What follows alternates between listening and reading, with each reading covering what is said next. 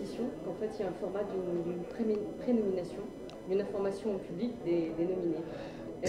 Comment vous avez cette idée et quel impact ça a sur le palmarès? Alors, sur le palmarès, ça n'a pas d'impact, parce que de toute façon, le palmarès, c'est quelque chose qui est déterminé, donc il n'y a pas d'impact. Maintenant, sur le grand public, ça leur permet de se réintéresser un peu aux gens. Ça permet de communiquer en amont, en fait, de l'événement, et pas juste le jour de l'événement. Même si on a énormément de presse le jour de l'événement et les 10 jours qui suivent, ce qu'on voulait, c'était que les gens puissent prendre connaissance avant des gens, des portraits. Donc on va chez eux, on les filme, on les présente, et on présente les 24 au même niveau. Et ça, c'est très intéressant. Et pour les gens, c'est intéressant. Ça permet de découvrir Ego et Mio et les nommés de la sélection.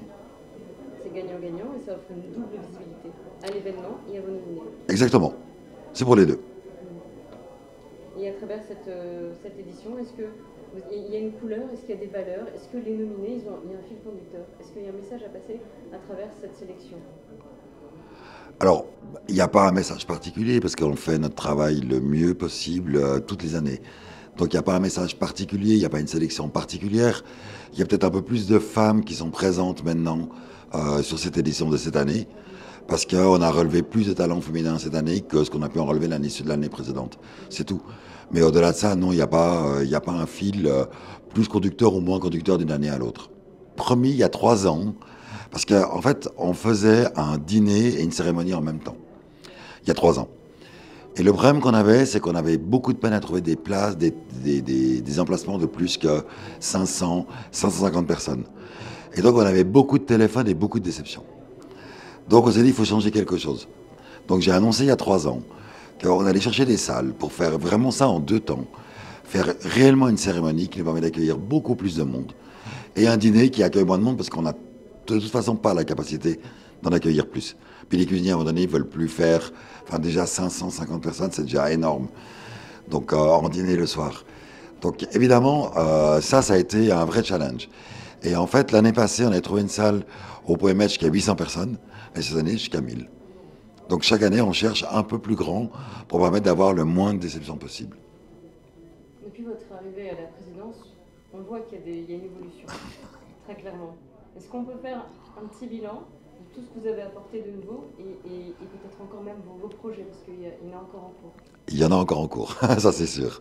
D'ailleurs, le dernier projet en cours, en fait, pour être clair, il a été annoncé la semaine passée, c'est que Goemio sera présent en Arabie Saoudite. Donc on a lancé effectivement l'Arabie Saoudite maintenant et on fait un gala en janvier 2026. Le premier gala aura lieu à cette date. Cette année, c'est 4 nouveaux pays qui seront rentrés dans Goemio. Ce qui fait qu'on commence effectivement à avoir une vitesse de croisière qui est relativement élevée. Et on pense qu'il pourrait y en avoir encore 4 de plus avant la fin de l'année. Ça veut dire qu'on serait enfin à notre objectif qu'on a fixé. C'est un peu la grande nouvelle qu'on attend, c'est effectivement d'avoir 4 ou 5 pays de plus. C'est de faire une dizaine de pays cette année en plus que l'année précédente, ce qui serait énormément, enfin ce qui est énorme, il faut être clair, en termes d'organisation et de temps. Maintenant, depuis que je suis arrivé, effectivement en 3 ans, on a fait beaucoup bouger la marque. Je pense qu'on a fait une refonte complète de toutes les activités. On est repassé à travers tous les postes, en créant en plus beaucoup de nouvelles activités, en ramenant le magazine il y a 2 ans. Même si c'est difficile, parce qu'on sent qu'on a quand même beaucoup de peine encore à le lancer à la vitesse de croisière qu'elle aurait déjà dû atteindre. Mais bon, il y a un marché qui est compliqué, il y a les États-Unis qui ne facilitent pas la tâche. Enfin bon, on a toujours un problème pendant le gouvernement français qui ne facilite pas la tâche non plus actuellement. Ça faut bien le reconnaître, vu la nouvelle de ce matin qui est encore tombée. Donc, malgré tout ça, je dois dire qu'on se porte beaucoup mieux qu'il y a 3 ans en arrière. Et je suis persuadé que dans les 3 ans qui viennent, on se portera encore beaucoup mieux. Donc, plein de projets. Aujourd'hui, on a un peu plus d'une centaine de collaborateurs sur la France, uniquement en France. Quand même, oui. Que je préside aussi, pas juste Goemio France, mais toutes les entités du groupe. Parce qu'en plus, je suis un des actionnaires des entités du groupe, évidemment. Vous avez un profil particulier, vous venez d'un autre secteur que celui de la restauration. Et est-ce que c'est justement ces compétences transversales que vous avez en termes de stratégie? Je me demandais pourquoi vous, Goemio? C'était votre demande, on allait vous chercher? Effectivement, venu me chercher. J'ai fait partie d'abord du conseil d'administration. J'ai pas toujours compris où est-ce qu'il voulait aller et qu'est-ce qu'il voulait faire. Et donc à un moment donné, j'ai posé des questions un peu plus précises, un peu plus pointues, pour vraiment voir ce qu'il y avait derrière, parce que je ne le voyais pas du tout. Et à un moment donné, effectivement, on a pris une décision, c'est de changer fondamentalement le mode de direction générale et tout ce qui a été fait dans le passé, parce qu'en fait, il y avait une espèce de continuité sans réflexion stratégique. Et en fait, il fallait repenser la stratégie au complet. Ça fait 20 ans que cette entreprise vit des changements de DG, des changements d'actionnaires, sans aucune... Enfin, avec une stratégie peut-être qui a été mise en place, mais qui n'a pas abouti, et sans qu'on arrive à aller au bout des choses. Donc moi, évidemment, je suis rentré, ma condition de base, c'était je prends les décisions qui s'imposent pour l'emmener quelque part. Et le but, c'est d'emmener Goemio quelque part. C'est pas de faire des surplaces, c'est pas de stagner. Et la preuve, c'est qu'en 3 ans, évidemment, l'investissement est extrêmement important, mais on va quelque part et on sait où on va surtout. Et tous les collaborateurs savent où ils vont. Et ceux qui ne le savent pas, ils sont plus là. Vous allez où? On va vers un développement international de Goemio et un renforcement dans chaque pays où on est présent. Et on cherche la place de leader dans chaque pays. Parce qu'on connaît mal Goemio, en fait. On le connaît très mal. En fait, il y a beaucoup de pays où on est leader, où nos concurrents sont numéro 2. En France, on considère qu'on est numéro 2, si on peut considérer qu'on est numéro 2. Moi, ça ne me pose pas de problème, c'est très bien. Comme ça, on va aller chercher la place de numéro 1. C'est beaucoup mieux comme position. Challenge. Exactement. Et en fait, en Suisse, par exemple, on est numéro 1. Incontesté et incontestable. On est aussi numéro 1 en Autriche. On est numéro 1 en Belgique. Dans tous les Pays-Bas, on est numéro 1. En fait, il y a plein de choses qu'on ne sait pas sur Goemio. On est très franco-français en France et on n'a pas de vision internationale de ce qui se passe pour Goemio.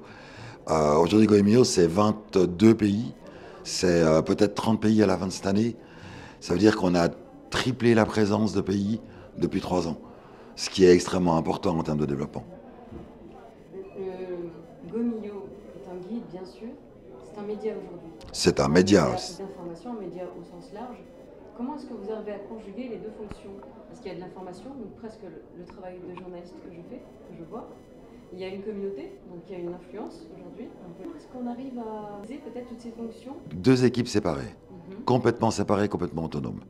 On a une équipe d'enquête qui est dirigée par Marc depuis plus de 25 ans, qui est totalement autonome, qui dépend directement de moi. Et on a une équipe de rédaction qui a 2 rédacteurs, un rédacteur print et un rédacteur digital qui dépendent de Nicolas. Et en fait, c'est comme ça qu'on arrive à faire, effectivement, faire en sorte que d'un côté, on ait la partie enquête qui est totalement autonome et qui peut prendre toutes ses décisions comme elle l'entend.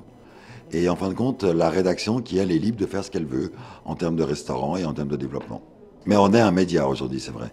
C'est ce qu'on n'avait pas compris il y a 5 ans en arrière, je pense. On est un vrai média.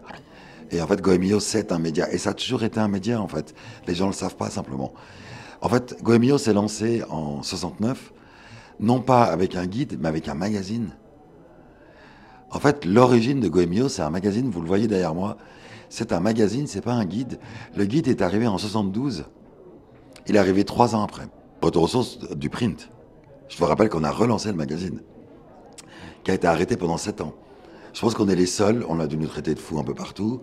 Je n'ai pas de doute là-dessus, mais on a relancé un magazine. Parce qu'on pense que c'est extrêmement important au niveau du public. Je pense que pour le lien du B2C, il ne faut pas oublier, on a un média, mais on a 2 canaux très différents.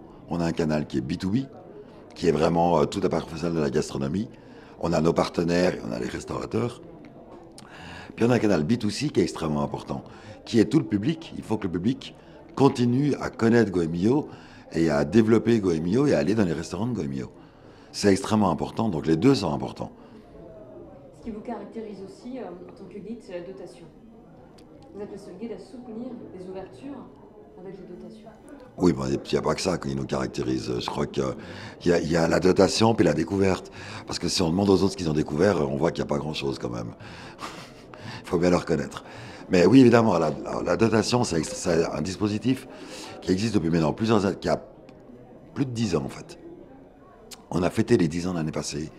C'est un excellent dispositif qui permet d'avoir des partenaires qui aident les jeunes à se lancer. Vraiment important, c'est sûr. Et puis la découverte, parce que quand on fait le 109, là on ne l'a pas fait cette année, on le fera l'année prochaine à nouveau, on a 109 jeunes talents qui sont mis en avant sur la scène de 18 mois. Donc c'est aussi extrêmement important. Donc il n'y a pas qu'un dispositif, il y en a plusieurs. Et en fait, c'est l'ADN de Goemio, c'est la découverte. C'est là où on découvre. On aide et on découvre. Et on suit et on récompense. Qu'est-ce qu'on peut vous souhaiter Tout le meilleur pour les 50 prochaines années. Merci.